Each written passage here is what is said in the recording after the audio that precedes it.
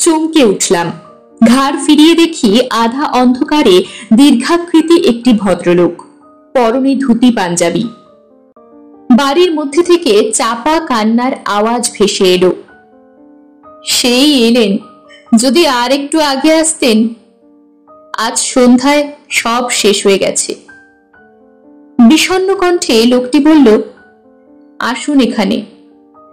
বাঁশের খাটিয়ায় অদিতি ভট্টাচার্য শুয়ে আছেন। তার পায়ের উপর মাথা রেখে একটি স্ত্রীলোক ফুপিয়ে ফুপিয়ে কাঁদছে। মৃতদেহের দিকে চোখ ফিরিয়েই চমকে উঠলাম।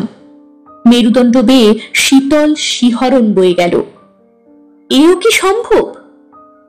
যে ভদ্রলোক স্টেশন থেকে আমার পথপ্রদর্শক হয়ে এলেন, এ বাড়ির নির্দেশ দিলেন, তার চেহারার সঙ্গে অদ্ভুত মিল, একেবারে অভিন্ন।